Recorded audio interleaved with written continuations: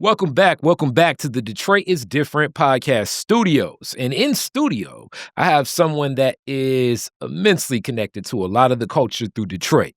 And in multiple levels, we've crossed paths for a long time, and people know that the legacy precedes her. And that legacy definitely is in rhythm, walking in rhythm. Shout out to the Blackbirds and all of them, Yeah, We shout out. definitely go talk some jazz and much, much more. Jahra McKinney, how are you today? I am doing pretty well, thank you. How are you? All is, it's balancing. It's balance. Got it. So in this, as I said, the legacy of culture, music, rhythm, it's always been connected to you for many, many ways. Thank you. Yes, that's true. And right now you got a whole nonprofit, as you were saying, and it's like Conservant Sound, the Sound Conservancy. Yes. Has a multitude of projects and ways for people to connect in a neighborhood that's near and dear to many Detroiters, but especially me as a Northwestern person. That whole footprint. Really? You from the old West Side too area? Yeah, it pours in. It pours in of love, and so much that I've seen in that community and things that has moved forward, even back to when Carl was running everything, and he was like, "Yo, I want Northwestern to be involved with this," and I was like, "Let's figure this out." And we're going to start this the classic Detroit is Different way, because I just gave you all some breadcrumbs of what we're going to get to. And you and your Detroit story, how deep is your family's connection to the city of Detroit? How many generations? Oh, I'd say I'm the second generation. Okay. My mother's the first generation who was born here, and my grandmother, she brought everybody up from Alabama, Tuscaloosa. I was definitely about to ask that next question as the migration patterns definitely here are very much rooted in Alabama and Georgia. So That's grandma true. came from Tuscaloosa. Yep. And grandpa, him too. Okay. John Clark. All right. So I guess let's find out something about those Clarks. When they got up here, where did they move to and what led them up to Detroit? Well, I think my grandmother, she got here kind of by default. She's leaving Alabama. She was pregnant. She had she had gotten in trouble, and they sent her up here to, I guess, hunker down and then come back down to Alabama. But she never went back. John Clark was a fancy man. He had that big hat, the fedora. You know how the guys used to wear them hats, and he must have looked pretty good to kind of a country girl. Okay. And so anyway, he came up to Detroit. And he was such a hustler. I think he was a millionaire a couple of times. Wow. But he was a gambling man, okay? So he was all up in the nether parts of the society. Okay. And grandma said, "You know what? I'm going to have my children. I'll hang with this guy as long as I can." And she had my mom, and so she got her own thing going because this guy was falling in and out with gangsters and stuff. So she said she wouldn't have no parts. So she established the whole family just with hard work. She was a laundry person. She worked in people's homes, and she did hair. And she did hair so well. The Jewish women got together and got her a shop over here on Oakland Avenue. Okay. Now, this is already a very interesting story as it's going. She was so skilled at what she was doing in styling that her clients stepped up and said, "Look, we need to get you in a shop. We got to get out of this basement. That's exactly where she was in the basement. We got to get you a shop." Yeah, that they feel comfortable coming to. Okay, so, and you said that shop was on Oakland Ave, as we know, kind of right now. Shout out to Mama Jerry and all the farming that's going on over there. But at one point in time, as I hear from these stories, Oakland Avenue was a very bustling business district. Yes, it was a north end of the Black Bottom. They call it the north end. And it was the north end of where Black folks were made to live in Black Bottom. And there was a lot of Black businesses there. Hastings Street was the main street, as you know. And then right a couple streets over there was Oakland. So she was on the Oakland side. Thank goodness, because her shop didn't get removed by urban removal. Urban renewal. I think you were right, probably with the first term, as we may have. I didn't mean to say that. Yes, you know what I'm saying. That was one of those things where it's like the mind is right present with where it needs to be. Yeah. So this shop, Did she? Who taught her hair, and what were the styles that she was doing? What was the? Oh, man, she was really into the age, you know, when she was washing and ironing stuff, she was doing the ladies of the evening, she was doing their silks, you know, so she was very meticulous. I think that meticulousness really helped her, and I think that's how she got into the hair thing, and that's how she survived during the 1930s, you know, when it was really hard out here. Mhm. So when she got her shop called Essie's, that was her name, Essie, her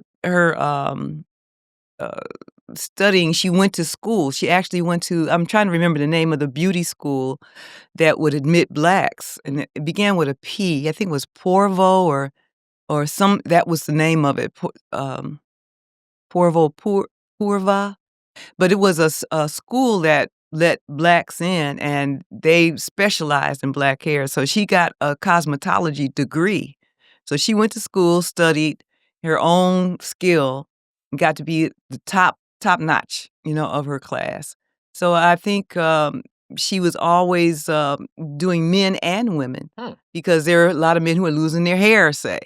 They would come to her and she would put this, electric rake kinda thing on their hair. I guess it was, thought that that kind of, ray would grow your hair. Have you ever heard of it? I have not heard of it, but I mean, as things have come to light of a lot of what's happening now with Beijing and Well, it's all the dyes and everything going on, it's a child. lot of brothers trying to hold on. I tapped out because that's where I was. But, With the more power to with the hair. what's going on. Yeah, You know. she had the ultraviolet treatments for hair. I mean, she was really at the cutting edge of her industry. So she had quite a clientele, Mm, and she also was one of the mothers of the community because a lot of the younger women came and trained under her, and she taught them the things that she knew, and they had chairs in her beauty shop.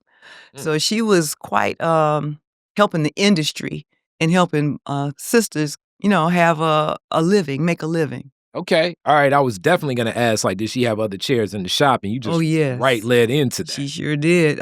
She had a special spot in her heart, I think, for young women who were trying to make it because of her own history, you know, of how she was a scrappy one. Okay. And she had this skill, man. She could look at something in a shop window, a dress, and she could go home and recreate it. Hmm, She was one of the most, designing people who could make something without a pattern. hmm. And, my mother inherited that too, and I can sew. I just don't give the time to it, but this was a family of people who are very, meticulous and detail-oriented, Mhm. and that's what has helped me in my life very much. Okay. So grandmother, she was one of my mentors, and Grandma Essie, she was a pistol. Mm. She'd fight a man in a minute. Okay. I definitely can only imagine. I mean, even today, what women deal with in entrepreneurship and the Yes, business, and uh, even husbands. and yeah, that too. I mean, that plays a role. But I can, Yeah. that's today. So back then, I mean, the 1930s. I mean, yeah, I can only imagine. Yeah, So, she was a matriarch. She mhm, was a matriarch, right, and she, rescued her husband. He went off to, be, the guy of some kind of MOLL mall, this woman who was a gangster in Chicago. He was her boy. And, he had to flee Chicago and came back to Detroit and came back to my grandmother and said, "Okay, I'm back. I'm stop fooling around." And she says, "You know, John, I do love you, but from now on, I'll be your best friend." mm, And from that time on, they had a very healthy relationship where he was helping her raise their 2 daughters, and she established her business. So it's really good I grew up with them, knowing them as business people. He got into real estate. That's what I meant. He was a millionaire a couple of times, mhm. but he didn't end up one, but, he's had a beautiful house on Arden Park, and he had another whole family, and all of my aunts, they're very much businesswomen, and so we had strong, examples Mm. in my family. I was just about to ask that, but also, as we know, like there are different vices people have, and if you know somebody with a gambling vice, it's one of those Yeah. things where They will definitely share about a lot of the wins they have, but the losses, it's not as abundant. And from what I observe with a lot of people like that, it's that they're even when they're winning, they're still looking at a larger win, and when they're losing, the thought process is, "All right, I know I'm about to hit Yeah, big. the next one Next will do get me. Yep, That yep. that was him. Mhm. So that made him a successful hustler, though. His real estate mart. He had a lot of land over there on Avery. Down. I guess that was the Paradise Valley area. So he did all right for himself. He raised 5 kids. Yeah, Okay. so he did good. Alright, so that gives, the household you and your mom. What's the neighborhood you remember most as a child, living in? Well, I'm a Linwood Joy Road girl. Okay, My mother and father settled. First, they were on Dexter and Wager. Then they moved to. But we started out in the Jeffries Projects. So I've been a West Sider. I grew up as a West Sider. okay, And Gladstone was our street. And walked to school from there, Turkle, Brady, all those schools around there. Yep. okay, I'm a West Side Detroiter. okay, Not alright, not anymore, but I was then. alright, so what was that neighborhood like for you as a child? What do you remember? What stood out? I think the, neighborhood was multiracial.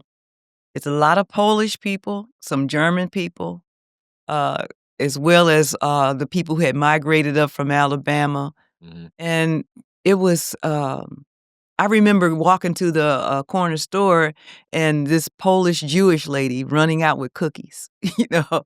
"Hey, little girl, have a cookie." It was that kinda neighborhood. mhm, So, the neighbors kind of, grouped around the children. Like, I don't know if you know Wendell Harrison. He's a jazz, saxophonist and, clarinetist. His mom lived on the corner of LaSalle and Gladstone, okay, and we'd have to walk by her house to walk to church. mm, And she would come out and check. She says, "Hey, girls," me and my sisters and my brother, and my bro she say, "Hey, little family," and we would say, "Hey, Miss," I forgot her name. It was, began with an N, Miss Oren, Miss Ona? Oh, Miss Aura. I mhm, think it was Aura. mm, And, man, she kept an eye out watching us on that leg of our trip, mhm, make sure we were doing alright. And, many neighbors over the time that I was living on Gladstone, they were a close community, If I was running down the street, a neighbor would pop out on their porch, "You alright, little girl?" mhm. Say, "Yes, ma'am." And the same went when you were doing stuff that you weren't supposed to be doing, fighting with somebody or something. They said, "Imma come down there and Imma get you. Stop that right now." And you stopped.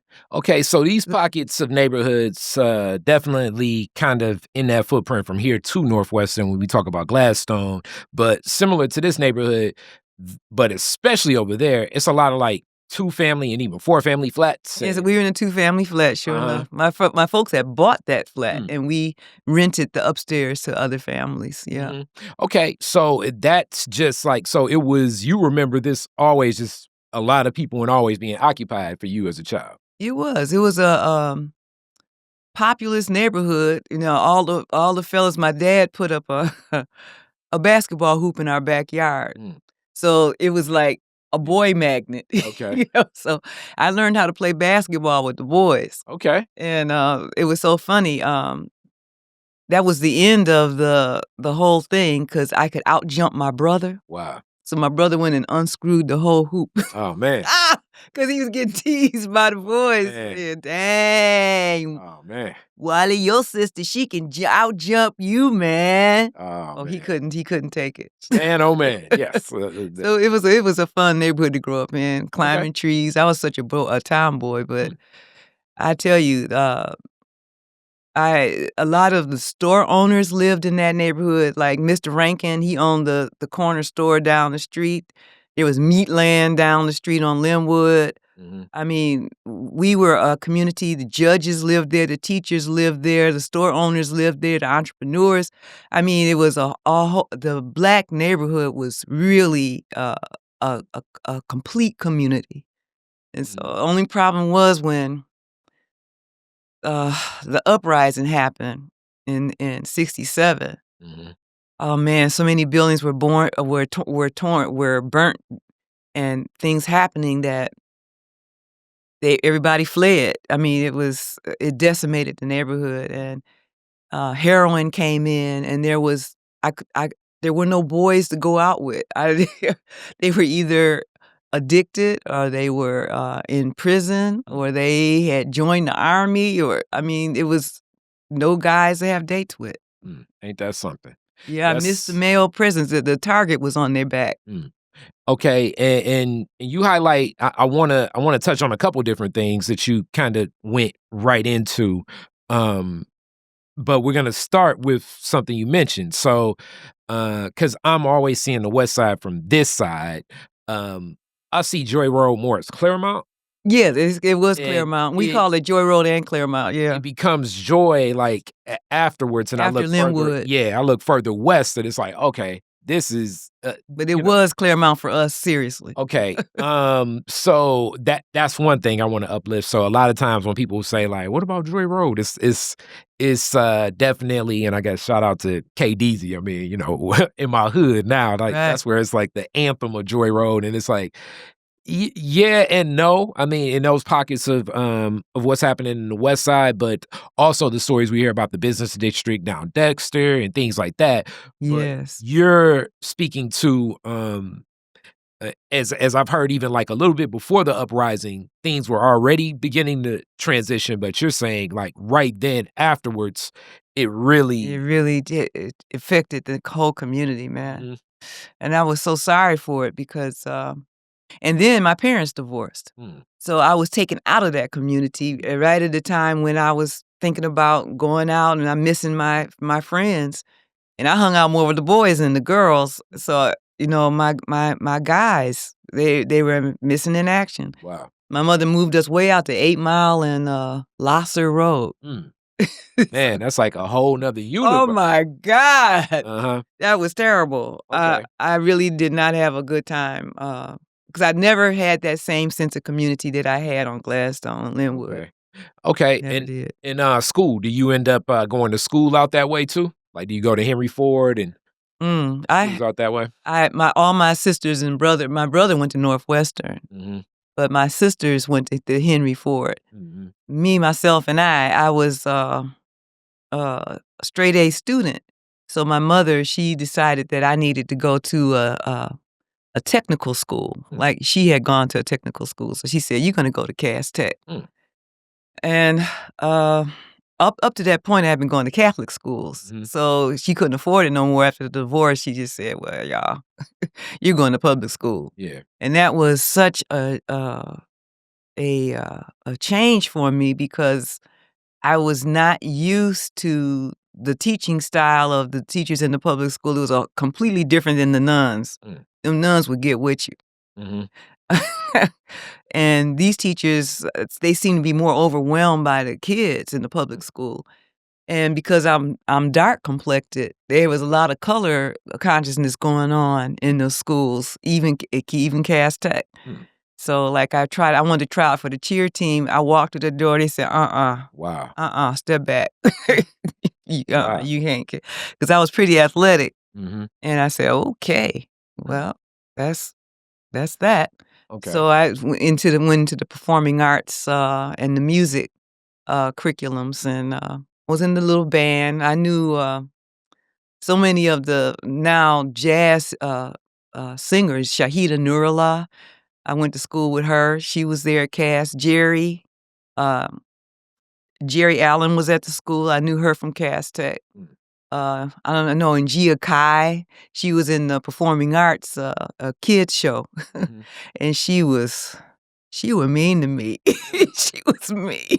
Oh man, I have in my archives some of those stories from NG as well. NG was something else, but she would get you together. You had to be excellent. I mean, I think even to this day, just like the standard at which whatever you're gonna do, she actually shares in that. In the archives of Detroit is different. She was like when she did her as a child leading the church production play. It was like, no, we're gonna do this serious. And I mean, she was serious. She was still excellent. stands like that right now. And actually now, I mean, not as tough as I've seen her, but, you know, we gotta get this Oh, stuff she done. sweetened up a lot. We gonna get this done, and we gotta get it That's done right. right, Oh, and she if does it's not not play. right, then it's like, bam, that's She it. was at Cass, and, all those Cass had that aura of being excellent Yeah. anyway. Second to none, as they say. That's what it was, second to none. And the teachers, man, I met Cleety Taylor. She was the art teacher there.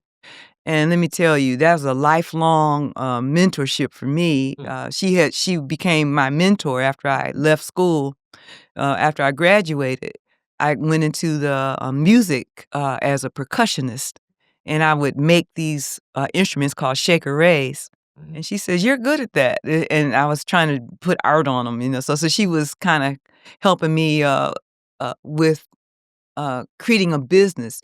It was the first place, her gallery was the first place that I had my first Shaker Ray workshop. Wow. And she said, "Okay, get you some flyers." And she helped me stage it. And it was beautiful. I've been hooked ever since. Okay. And that type of creativity, I know, carries on even with a lot of the things you do today. And I was Oh, the stage crew, though. Mm. Cass Tech had a functioning performing arts department where I met Gia. And I joined stage crew and get up on those 30-foot ladders, changing Fresnel, the lights and all that.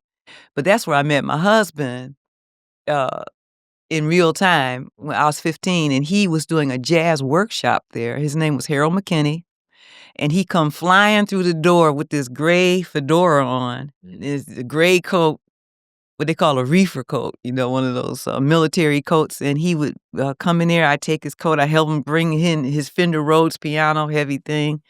And all the Greg Fillinganes, who became Stevie Wonder's, I guess, pianist or producer. Who else? Kamal Kenyatta was there. That's Jay Jones. He changed his name to Kamal Kenyatta. Mark Johnson. It's a lot of the young guys who are the young lions of jazz would have this jazz workshop with Harold on the stage. And I didn't know that this was going to be my future crew. But that's how we all met. Elrita Dodds was there. I don't know, she's not playing anymore, but her son, Alan Denard, plays. So it's like all of this nucleus of people who went on to become leaders in the music and in the performing arts. They were all there at Cass, including my husband. It was quite a, what do you call that? Just a nexus point for all these minds that got together. Pat Terry Ross, the harpist, she was in class with me. I mean, all of these people that I met further down the line, we were all teenagers together. It was really amazing. Very powerful time. Okay, and definitely as we go into that, I one step before. So you said performing arts and music. What was you mentioned percussion is what you did individually. What music discipline did you take to? What instrument? What were you doing? I was playing flute, of all things. Okay. So I eventually gave my flute away to a young lady who I was trying to mentor, who couldn't get an instrument. So I kind of quit the flute, but I was singing. That was the main thing. I was in all the plays, and I became a singer at Cass Tech. Okay, before Cass Tech, when it came to song, were you just like in choir singing? Were you just sometimes singing along with the radio? What was choir? My mama, my mother is a pianist, and she was a choir director at the Catholic church, and So she you- would trade. You had really no choice. I had no assume. choice.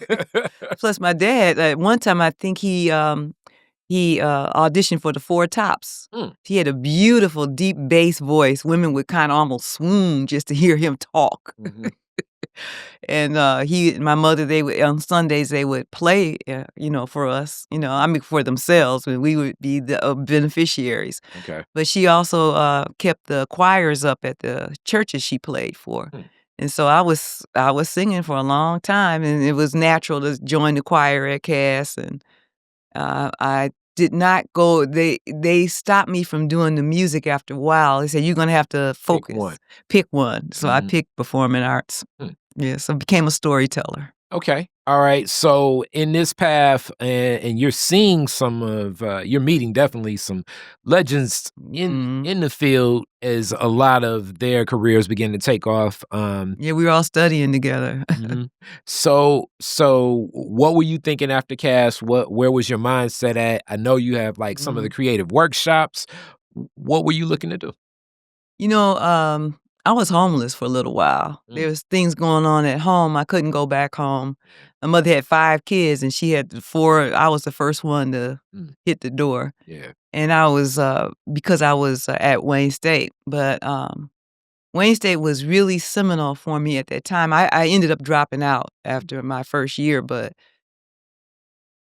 what I what I did at Wayne State was I met David, David Rambo. Mm, I met Project Bait at mm, WDET. So I went up to WDET as a Project Bait, and Bait is Black Awareness in Television. mhm, Project Bait was one of the first, community groups that forced the stations, Channel 56 and the, WDET, the public access media. They didn't have any black presentation, and at that time, let's see, when I was 18, let's see, that's when I met David Rambo. That was, '74. In '74, mid-'70s, Project Bait was forcing the public media to give public access to Black folks too. I mean, we're here, y'all. So, I was, helping as an intern at Channel 56, and, they said, "Well, you should be able to do something at WDET too," because I was at Wayne Radio, which is Wayne State's University's radio station. And Project Bait, we had wait, what's that guy's name? He was the, one of the DJs over there, and he also kinda mentored me, and I'm trying to think of his name right now. Began with a R. Ooh, boy, getting up in hey, there we go. some One of names the are people. leaving Okay, me. I got you. But, the Rambo brothers, Richard Rambo and David Rambo, they made sure that us young people were being trained in the media arts. Mhm, And I had a storytelling show that I used to do. I had do it was African folklore, Tales of the Summerland. mhm, And, I had a friend up there who we were born on the same day. Her name was Nkenge Zola. So me and Zola, she helped me produce those, mhm, and I did about 13 of them, and we did a set. And unfortunately, the tapes were taken home by Nkenge Zola mm, after I left WDT. I didn't have them, she did, and she had a house fire, so mm, they didn't survive the house fire, but, mm. those were really important years for me that when I was 18 and 19 because I got immersed in the in the Black consciousness community. Okay. All right. And definitely love that you uplifted a couple different things. And like y'all are used to these Detroiters difference. I like to add in other pieces of the story Yes. that I'm aware of. So Right. David Rambo, first off, rest in peace, David Rambo. He Yes, he passed just away passed. not too long ago. Mhm. And what he did with For Our People. David Rambo, like even with what I do here, uh, it's it's like it's iterations that move in that Yeah, direction. And yeah, also shout out to brother Saeed, but a lot of like the work with what becomes of the American Black Journal, that's right, really what that's right. leads into what becomes of BET, and a lot of things just creating Black media on television. A lot of the roots are started from like some of those connections built with what you spoke of Bait other um and other people that Black folks that were like, nah, we need to be creating our own programming. It was a whole movement. It was the Black Power movement was alive and well, even though the civil rights was kinda fizzling out Mhm. by the mid-70s. Big time, they were I guess, the reaction of the society, but man, Africans were coming here, and the Black consciousness music was expanded not only to the media, but it was the schools. Imani Humphrey established the Aisha Shule, and and I was teaching there.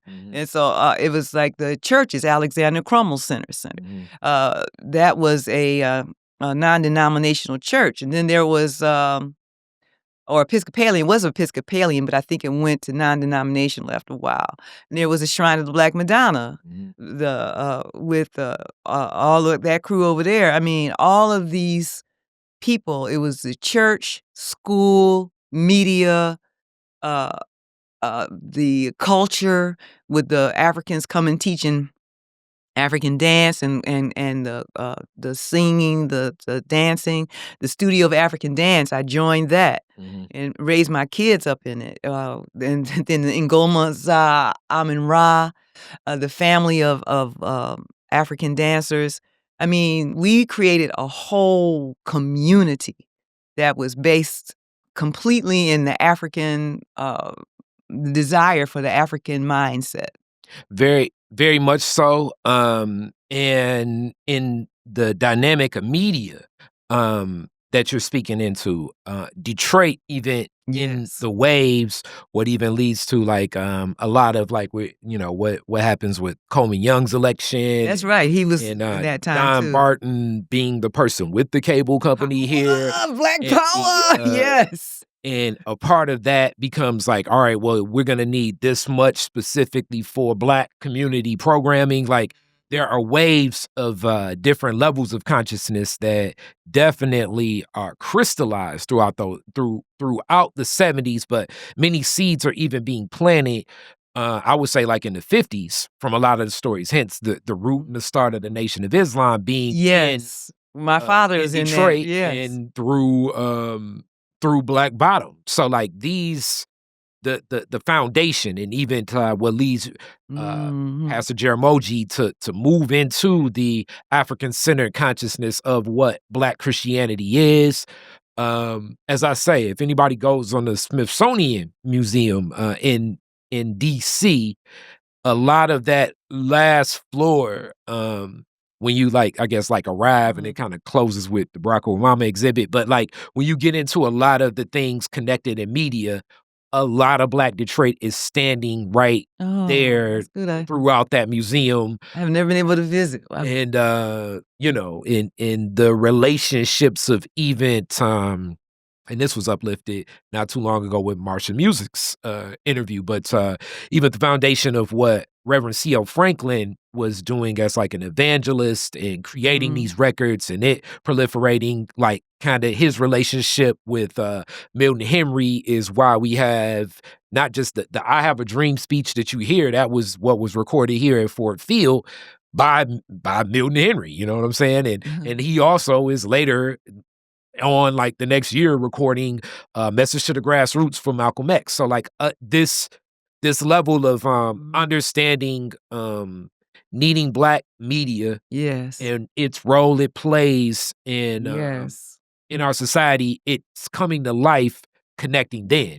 But you also highlight a lot of the music, obviously kind of connecting in this same space and place. So as you're one of the, and I didn't know this, you just opened up my eyes on this, like you're one of the early instructors at Aisha Shule. What are you teaching? What was your commitment to it? How did you even connect to the vision of what was happening there?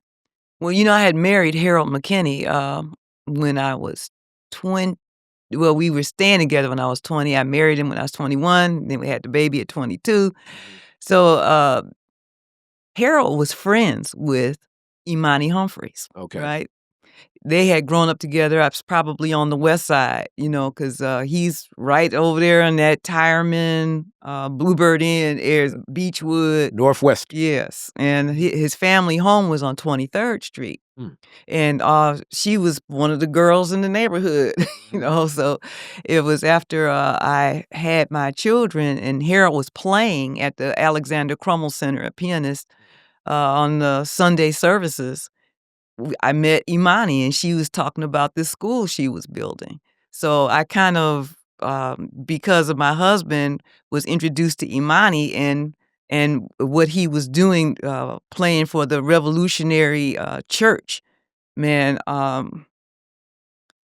I was at this time a musician, and I had I've been playing percussion, so I was playing shekere, and I was trying to get the brothers to teach me to play drums. They had a thing about sisters playing drums, so I went on over into the shekere because that's what I could get somebody to teach me how to play. So it was me teaching music at the Aisha Shule, and of course at that time I was also in the studio of African dance with Ali Abdullah, and I was learning all kinds of African dance, African chants, African history, and I could see how the world had been shaped by African culture. I mean, it was an amazing time. I get all this information, and I was also going to school as a musician, so I was learning, music theory. So that's what I was teaching at the Shule, and I was everybody's. I was producing the music program, and I was teaching music that I was learning through the African dance community. I was teaching those musics, and we started the pyramid Performing theater. there. Yeah, so I was instrumental in their very first, before they were even called that. So we were teaching the children who would eventually become the people who were leading it, like Holly and Mama Hasina. yeah, yes, Mhm. we had their African names. Yes. Yeah, definitely. So, so this is as this is running concurrent.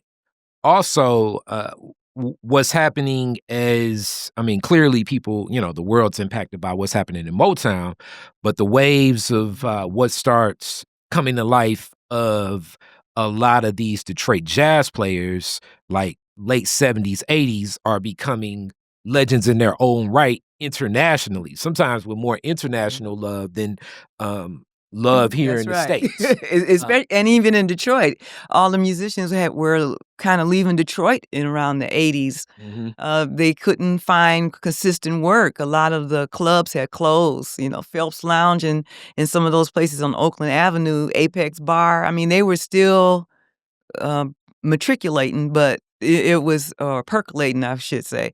But it was not where you could raise your family, So that's why they left. They left Detroit. And, Harold McKinney stayed, but most of them left. and that's where I was gonna say, and you were married to even even now of the impact that Harold McKinney had on being a mentor For to so so many. many. And he kept the jazz alive by touring his program, what was it called? Discovering Jazz. He toured it through the public school systems, and that's what he was doing at Cass Tech with his jazz workshop. He would tour it through there. In certain schools, he stayed and did workshops and gathered the young people who were interested in playing jazz. And so that's where the twins, there was Norita and Elrita Dodds. I think Elrita was the one. Mhm. Keep getting these twins mixed up. Sorry. Mhm. But one of the Dodds sisters, she was playing saxophone. She had started out in the little cadet band we were all in when I was playing flute. She was playing clarinet. She became one of the jazz players. But yeah, the exposure to the jazz musicians was really great in the schools, and it was started by Harold McKinney. So he held jazz standards and passed it on to the next generation. And it was Metro Arts with Amelita Mandingo. She started after the 67, what they call the riots happened. New Detroit put a whole lot of money into the city, and they gave a bunch of this money to Dr. Amelita Mandingo. And she was the one that started this thing called Metro Arts.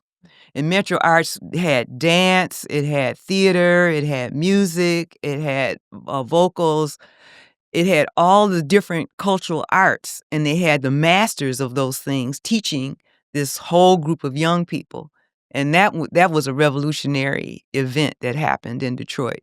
And out of that, the ethnic festival started, which became the African American African World Festival. African World Festival, it became that, and everybody else started saying, "Well, we want to have our ethnic festival too, not just Black people." So, and so it started a whole thing down there at the riverfront. Okay, Yeah, and in this movement that you're talking about, just really back to Harold's connection to so many, like even the guys that were like younger, like some of the younger guys that play. The interview I have with man, now my mind's slipping, but man, oh man, Ian Finkelstein. oh yeah, The Ian. interview I have with Ian this summer when he uplifts so much of like Harold and obviously Yes. Alex White, that's as I always say, like who I'm running with most, and so many of these like I mean extremely up to the point where he passes is still like really giving those connections, even though he's respected. And want to say Tamashian Jones is like, yeah, man, everybody wanted to be like a part of like something that Harold was doing. Um, he had the ability. You all could have easily Oh, gone. New York, Paris. Yeah, he could have easily gone. He did that thing with jazz masters. Mhm. He was the first jazz master that was created by Arts Midwest, and they traveled the world twice. They did a thing for the USIA, with United States Information Agency, right? Mhm. And he traveled to all these countries, and they knew about him there. Yeah. It was wild. And like you could have picked, Johannesburg, Berlin. What was it, do you think, that kept your family here? Why was it staying rooted in Detroit? Pure love. Hmm. Pure love. He was so rooted in the community in that Old West Side. And the Old West Side had a very strong community that was there, and Harold was raised up in that community. Plus, they had the best music system, educational system in the country in Detroit. People don't realize that a lot of these masters, Don Walden, Donald Byrd, Harold McKinney, all these guys were products of the Detroit public school system Mhm. that had symphony musicians teaching in the schools. And so by the time you got out of middle school, you really were at a college level as a player, beginning college. So these guys, Harold, he kept that level of musicianship going as a composer. He started the first jazz workshops out of Metro Arts. He created the Detroit the his jazz workshop that he ended up calling Detroit Jazz Heritage Performance Lab. He's so wordy, but that was the name of his thing. And he retained people. He trained people to have jazz workshops. So he duplicated himself. So he got Marcus Belgrave, and there's a story, I don't know how true it is, but Harold tells the story of how Marcus Belgrave stayed in Detroit. Harold was on the divorce route with his wife, Gwen, and Galen McKinney, she was there in the house, Galen and Gwen. But Harold was living upstairs, and he had a ladder that went up to his bedroom outside the house. Well, he kept Marcus there when Marcus didn't have a place to stay. Wow. When he first decided that he was gonna be in Detroit, hanging with these badass Detroit musicians. He said, "Okay, Imma stay, but I ain't got no place to stay, man." He said, "Oh, you can stay with me." And so Marcus would climb the ladder and go into the bedroom through the window, and that's where he stayed for the first 6 months of him being in Detroit. And Gwen went to her grave. I don't think she ever knew that Marcus was living in the house. Wow. Wow. That is but Harold, he tried to that is keep the one- musicians, help the musicians uplift. Yeah, that is one heck of a story right there. I mean, when I think of like some jazz masters and things happening, that's for sure. Yeah. Definitely one of them things, It was one of those stories. Yep. So, also like in this connection, just so many other people, which kind of lead into like the places themselves. Ray Parker Jr., Northwestern, like, Yeah. or one of my big OGs, Carl Bush Jones. Like, He leaves Cooley and like during for something was happening with Undisputed Truth where they needed to get like a whole new set of players. What year was that? 76, maybe The late 77. 70s. And That's when I met Ray Parker. and immediately they're on tour, like from Wow. like high school Yeah. over to like Worldwide. pick up in Japan and pick up on this leg of the Motown tour. Right. Especially and shout out, rest in peace to Clay McMurray, but especially when Motown made the move to LA, the Yeah. players that chose not to go, and a lot of the players that were some of the young people that was like, nah, we'll go out here. And it opened up doors for opportunities that still have those roots now, just because of, as you say, what was happening from the Detroit public school education to basically like, you can go on tour immediately. Those guys were really professional musicians in school. I remember Kamau, man, my God. After Harold got through with him and he started understanding, improvisation and mouse. Greg Fillinganes, we called him Mouse. Mm-hmm. But those cats, man, they could have been professional musicians even at 15 and 16 when I met them. Mm-hmm. They were great. I love being on stage crew because I could hear them play, and how Harold was instructing them. So that's what makes Detroit so different, is that there was mentorship. I mean, very active a mentorship of the intergenerational thing going on between the young and the older musicians. It was not a joke. Yeah, definitely. You can trace people and say, okay, this is from Harold McKinney's school of player, or this was from Marcus Belgrave's school of player. Mm-hmm. Teddy Harris Jr. I mean, there were so many of these masters that took these people under their wing and really developed them so that they could be master musicians anywhere in the world. Definitely. So that kind of leads us right to a project that you're definitely active on, is because at one point in time, there were so many places that players could play. And That's right, it was. I've had these stories, I've uplifted this before, that like a John Coltrane, a Miles Davis would come to Detroit and just kind of be able to like walk up and down Linwood and Dexter. Yeah. Even Woodrow Wilson over to Oakland and pick up enough shows from all these different spots. Cute work, right? And you just like, oh, let me pick up some money. Let me go to Detroit for a couple of weeks, make some money, and get back to wherever I need to go. That's how it was. That was definitely part of that heart and soul. And one of these locations is the Bluebird Inn. And the Bluebird Inn, very timeless almost space that has a history, very rich, and a sound conservancy, the Detroit Sound Conservancy, is looking and rehabilitating moves to rehabilitate this space that had that just really captured moments in jazz history, but even like up to like big band jazz history, like the Louis Jordan sound and all of them came through Bluebird Inn. Yes. A place where everybody knew your name. And it was an educated audience that was there. So when you played at Bluebird Inn, you were playing to people who could understand what you were doing and what your ideas were doing. They could understand the arc of your career. They knew who you were. And you knew them too. So and the style. National musicians. Yeah, national musicians and the style. Like, I'm definitely not a jazz historian as many, but I pick up on this stuff. Like, there are different styles of play. Yes, that's whereas here, the style has still a lot of those roots with they kind of have that feel of that blues. So like, you got like blues was all up in there. You got the New Orleans style. That's right. You got that Kansas City style. Sure do. You got some of that Chicago, some of the New York, whereas Detroit was a different type of feel where the crowd still is connecting.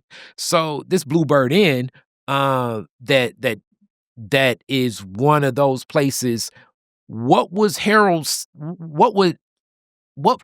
speak to the Bluebird Inn and what it meant, and then kind of what did it mean for you? Because it's not far from like your footprint too. Well, we raised our kids right down the street. Mm. So Harold was I don't think he was part of the house band all the time, but Mhm. he was a frequent player at Bluebird Inn. And I remember this time when we were driving down Tireman, trying to get to some appointment Harold was probably late for. Mhm. And we see Clarence Edens. Now, Clarence Edens was the one, Edens, him and his wife, Mary, were the ones that were keeping the Bluebird Inn. And they're the ones that brought it to its golden age and beyond. Mhm. So we saw him throwing out a big old piece of plywood. You know, he was constantly tinkering and trying to update the place. Mhm. And so Harold jumps out the car and said, "Hey, man, what's up?" He says, "Well, I'm adding a wall," or whatever he was doing. Harold ran in there and they come. He forgot all about where he was supposed to be going. There you go. So here we are doing You're doing repairs. You're doing repairs of at Bluebird Inn. yeah. But he had always been there as a musician, player, and when you finish your one gig, you would end up at the Bluebird Inn. It was such an accessible place. It was a place where the Red Line was on Tireman, Mhm. where whites lived north of Tireman and blacks in the old West Side lived south of Tireman. And Bluebird Inn was right on that dividing line. But it was a place where the police wouldn't mess with you. You could come in and play, and they'd have the music rocking, and the people coming up from Mississippi and Alabama and Georgia and all those places, from Chicago. I'm trying to think of some of the other places Harold said. But these musicians would come up, and it was like part of the Chitlin circuit. Mhm. You know, the circuit where you could go from club to club. It's kind of like the Hastings Street in a way. Mm. It's one of those clubs like what's this little tiny club that they had on Dexter? Begins with a D. But then it was Klein Show Bar, all these places on the west side. Yeah. And Bluebird was part of that crew, that group. Okay. And that's where Harold had helped, and his brother Ray. They all played in that place. Okay. So now I guess I want to put this together with On when Detroit Sound. with the Sound Conservancy. When do you first find out about the Sound Conservancy? What's your perspective of it? What led for you to connect yourself before where you're at now? But what was Right, that? I got you. Yeah, that well, it was really Harold. Mm. Harold passed away. Mm. And while he was in intensive care, going through his thing, I was there with him. They gave me a little cot, and I was in the room with him. And I didn't go back home after he died. I didn't go back into the basement for a long time. I was my world was shook. So finally I said, well, I gotta start living again. So I go down there and I see that there's water almost up to my knee. Wow. And a lot of Harold's compositions that were in file cabinet drawers that were Loaded. they were all his studio recordings, all that stuff was underwater. So I had to go and save it. And that caused me to go to the repositories like Detroit Historical Society. They have the place over there, the DIA. Where else did I go? You definitely went through the collection in the library. The trying to Burton collection. trying to get these people to help me. Yeah. Because they said, well, you need an archivist or a conservator who can help you preserve, conservate, or remediate all this damage that's been done to this music. And they're at repositories. Mm-hmm. And then I found out that either they didn't have the money to help me save Harold's music, or they didn't collect black people at that time. And so this was 2001. Mm. So I said, well, wow, I guess I'm gonna have to go to school and learn how to do it myself. Mm-hmm. And I'm still trying to do it because it still takes a lot of money. And even though I have training, but all that to say, I ran into, well, I was working at Charles H. Wright as their librarian archivist. And this young white dude comes up, Carlton Goltz, Mm-hmm. and he's going out to all the repositories, and he's really working at the Detroit Public Library, the E. Azalea Hackley collection. So he's saying, wow, this collection is not active. It's not is not collecting anything anymore. It's just a static collection of the Negro Music Association. But there's nobody who is going out into the Detroit and in Michigan trying to get Black composers and people to donate to this. There's no place to go. So I told him the story about Harold's stuff that was in the basement. in the bay had been beasted, and then I put it into a storage, and the storage had a flood too. Oh, man. So it was in 2 floods. Dang. And so I'm up there, shaking my head. There's no place. There's nobody to help. He says, well, we need to start it ourselves, don't we? I said, we sure do. My grandma always said, if you need something in your community and it's not there, go build it. And that's what she did with her beauty shop. Yeah. And so I said, yeah, we do need to build that. And he says, well, let's do it. And I said, yeah, let's do it. So we found it. He went on and got all the paperwork. Mm-hmm. And so I was one of the founding board members of Detroit Sound Conservancy based on the lack of help on Harold's collection. So the thing that really built it up, though, was a group of people coming together, all these people from different walks of life, but they were all musicians or all producers and creators. We had DJs. There's Donna Gardner. She's a DJ. She's on the board. Bart Bielmeyer. He's working at Walter Reuther as an archivist. And so we got these archivists and people who wanted to save this music all together and passionate about it. Mm-hmm. So we were able to get Kresge to help us get the Bluebird in because we didn't have a home. Yeah. And so that's part of our we have these 4 poles. We have placekeeping, which when you save the places where music happened, that's the whole community. That's a community thing. It's not just the music. The music has to be in a place.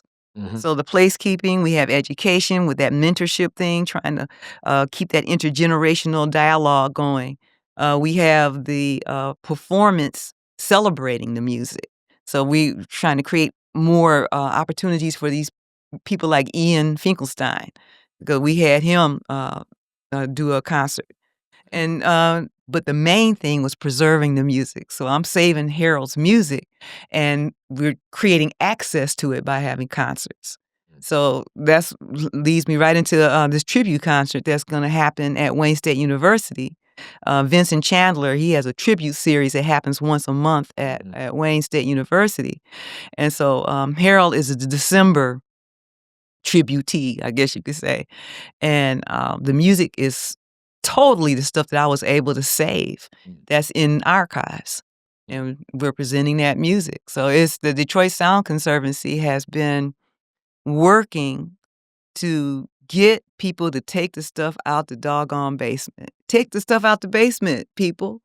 And Detroit is one of the most creative cities in the world. We have so many musicians per capita, so many singers, dancers, tap everything, every kind of music and dance, spoken word. We have all this beautiful culture here, but you can't go to DIA or any place and see where they have kept the arc of it. There's no collections for Detroit-based stuff. So we're the only Detroit-based archive that I know that is a cultural preserver of this culture.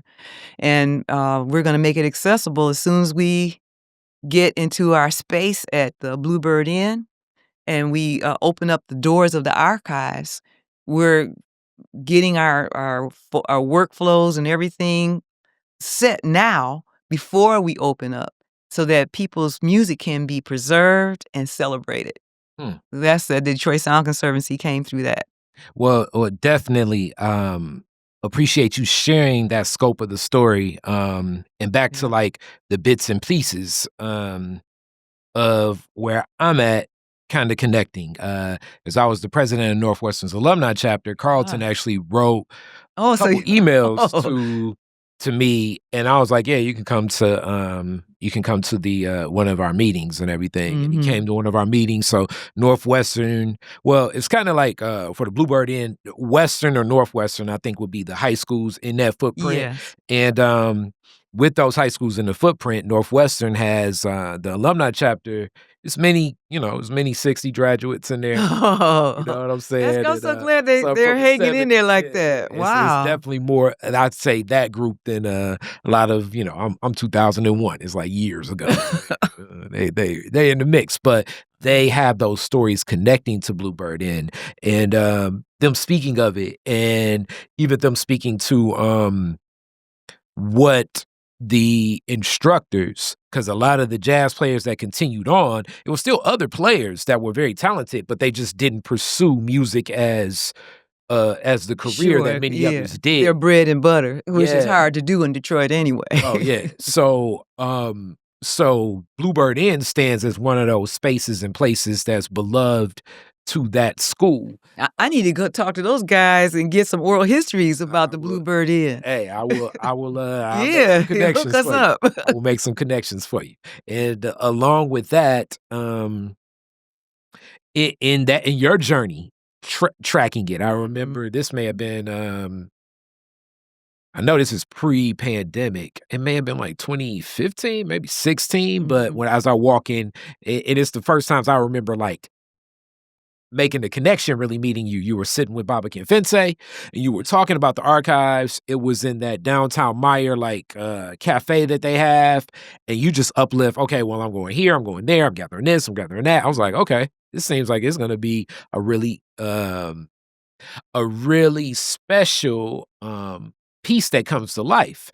And then I get the email a couple years ago where you did the big event, and I take photos, many people were there, it's a cool jam session, Oh, you talking you're about in at the front. Jam Handy? No, in front of the Bluebird Inn. Oh, yes, the barbecue. Yep, Yes, and, it's a community effort. mhm. Yep, that's, me, you, and Jamon all taking a picture, Yeah. and just the energy that was there and what's been building, and, even when we met here a couple years back about, like, okay, it'll be ways for people to listen to the music, engage, and it Yes. being interactive, and also the work is going to include some of the expansions of where music and culture stand in that community now, 'cause, yeah, it's Yeah, class act is over there, Rashard Dobbins. Oh, man, that's a dynamic brother, and he's working with the kids right on cutting edge stuff, the sampling and how to DJ and all that stuff that the class act is doing. So they're making that intergenerational thing, yeah. so he's one of our partners. And all of this still, like, led through the grace, the patience, and a lot of your willingness and being open to welcome others to be a part of this I'm creative. connecting them. That's I think is my whole purpose in life is, to sew these communities together, these generations together. We all stand on shoulders of the previous generation, Mhm. but we don't know Yeah. And, it. and that's where, like, I want to ask, what has given you what gives you so much of, I guess, I don't know if I want to use the term faith, I don't know if I want to say confidence, but it's somewhere between faith and confidence. I don't know what that word is. Somebody with the source can put it up, that you're going to be able to bring these creatives together that work together, and that's going to bring about something You that's going to be strengthen this more impactful. community. Yeah. Yeah, I'm a mama. That's Okay. where that come from. Okay. I am a mama. Mhm. They call me Mama Jahra, and the true name is Mom Jahra, but let me tell you, we have to all we have to all mother this community, for its health and to keep it going on into the future. Uh, all of this is for the children, Mm. and I'm passionate about the kids. I raised, Galen's one of my babies too, Mhm. and my other daughters and their friends and the school community and the church community and the African dance consciousness community and the Black consciousness community. these are my children, and I have just a mother's concern because I saw how the outward society just beasted I mean, they brought the heroin into the community. They were giving heroin away after the riots, and they were hooking these young people. They hooked them when they went to the Vietnam War. I was there in the front seat watching the community die, Mm. and mm-mm, mm-mm, not on my watch. Mm-mm, Okay. that ain't gonna happen. And your commitment to this, and also love that you always offer, because it's always so much joy for, like, I think the what I would think is the smallest gesture, however you can consider that, to add into the creativity of bringing this vision to life more so. But it's very people centered, because even the Oh, day yeah. that the barbecue was there, No, that was it was fantastic. full of a lot of love. And, the mothers in that community that are like, uh, man, I'm trying to say her name, uh, Reverend Asante, I'm losing names, but Ethelyn, that's her name. Man, there's mothers who are still there in that community, who are holding me up, holding me up for that vision for the Bluebird Inn to be a community-driven space where the United Block Club, St. Stephen's, Ark of Deliverance, Ajalon Baptist Church, all of these, we got churches like every block. Oh, yeah. Oh, yeah. Oh, yeah, it's heavy over there. Yeah, but, after COVID, these churches have been devastated, with their membership, Yeah. and, they're looking for different ways to build up this community and keep it going. Mhm. And, between, linking hands and partnership with community groups like the Detroit Sound Conservancy and Class Act and, all the, existing, communities that are still present on the West Side they are reaching out and expanding and trying to get the city to have city policy for these areas, like, they call us the Midwest, Alliance. That's our neighborhood. I'm thinking about the neighborhood name, but they're creating support now for these neighborhoods so that the Black population that's here, they were so neglected when they went downtown and did the Renaissance Center and all that stuff. But we're bringing it back we're anchoring back into the community so that we can have some quality community life, and we can continue to raise our children and grandchildren, that they can continue to create businesses and build up this city because Detroit is my heart. My kids keep trying to get me to move. They moved to Florida and Texas. I said, "Oh, HE double hockey sticks. Oh, no. I'm Detroit through and through, and I'm a Detroit uplifter, and we have to build our community. Like my grandma said, if it's not there, you make it." And so that's a passion, and that's a directive that I got from my grandmother that I'm passing on to these people in the community, these young men that are teaching curriculum Mhm. like Class Act, Spin, DJ, Jungle 313, Malik Johnson, um, D. Garcia Bay, Art House Moore. All these different young men are creating schools now, like the Aisha Shule was. So these kids that were not able to benefit from the music in the Detroit Public Schools, they're gonna benefit now. Uh, the Black consciousness schools are gone, a lot of them have been changed into charter schools, so they don't have that same impulse. Mhm. But now there's a movement starting. I'm helping connect that Detroit Sound Conservancy is helping connect these brothers and creating a whole new school network that people can get trained and podcast. Here you are, and we're gonna be knocking on your door in a minute, trying to get us an association of these places that kids can go and shuttle through and still get these what they need, so they can learn how to be entrepreneurs and have businesses like this to keep the culture going, because that's their birthright. Well, you already know it's you're in a group of people because you bring so much joy every time you're around. It'd be hard not to say yes to anything you saying. Yeah, So I'm trying. it's Yeah, definitely gonna we be gotta get y'all connected. together And and get some money behind it. yeah, I want definitely. I wanna get money, attract money to you. Thank you, thank you. Yeah. And as we get closer to a close, how do people support? I know that it's an event Sunday, but how do people connect? How do people support? How do you Right, get right. grounded in uplifting this work? Well, Detroit Sound Conservancy is always open for, donations, and I'm talking about volunteer your time. Mhm. We're talking about volunteer your money and volunteer your good word, spread the word about stuff that we're trying to do.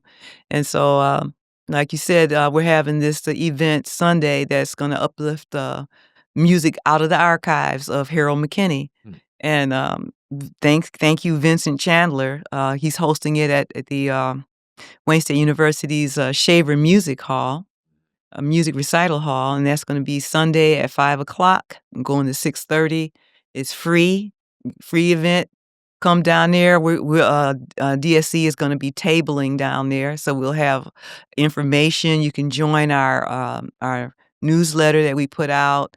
You can, sign up to volunteer and come and spend some time with me as I go through, doing the processing of these collections that people are bringing in. And you can also give money and you can go on our website if you're not going to be able to come to the event Sunday at Wayne State on Hancock. 480 West Hancock, I think, is the address of the Shaver Music Hall, recital hall. But you can go to DetroitSound.org, and we have a /give where you can help us with the money, and like I said, you can sign up for the newsletter and help us keep the dream going, keep the vision, keep sewing this community together, keep doing the community work so that the grandchildren will have knowledge of you and who you were as a musician or a creative person. So, yep, DetroitSound.org. That's how you can find us. I love it. I love it. I love it. So, as we get to a close, the classic Detroit is different questions now. Your very first car, year, make, and model, year you got it. I had a Honda Accord. Mm. Let's see. Ooh-wee. I think I got that car in 1982. Okay. Yeah, I had little kids. Mm. That car ran like a rabbit. Mm. Little red car. Okay. Where's the first place you went when you got it? Hmm. To the store. To buy groceries. It was put to use. Put to use same day. Oh, man. I had them babies. So, I was a cooking mama. Okay. I'm with it. I'm Get with them it. groceries. Oh, there you go. There you go. And it's like, what's for dinner? That's right. What's for dinner? I love cooking. Well, Yeah. moms be like, at least wait an hour before you ask. Oh, let her be in the kitchen for a Yeah, minute. exactly. Don't ask what's for dinner. Oh, yeah, wait an hour. Yeah, kids will ask. And next question. This is gonna be probably real tough for you, but you're the DJ at the end of the Detroit fireworks. You get to play 2 songs. What songs you playing? Wow. 2 songs. Man, I just Oh, God, that chick, oh, man, her name is escaping me, Lord have mercy, but, that, and she was the number 1 ladies detective agency, she played, a person from, Botswana. Oh my god. Mm. But she did this song, "Living my life like it's golden, living my" Yes, Jill Scott. Okay. I just love me some Jill Scott. Okay. Anything from Jill Scott. Okay, so that's one. Yeah, that's one, and, dang, I guess Stevie Wonder, 'cause Mm. anything by Stevie Wonder, that was that he was yeah, that was my junk. That's the first record I ever bought, was a Mm. Stevie Wonder His record. first one? His, a 45, but that's what I could afford back Okay, then. okay.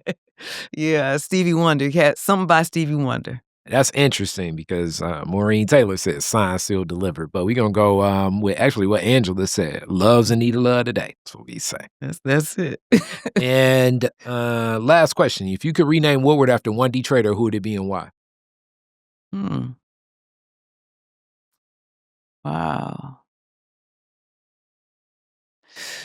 One Detroiter.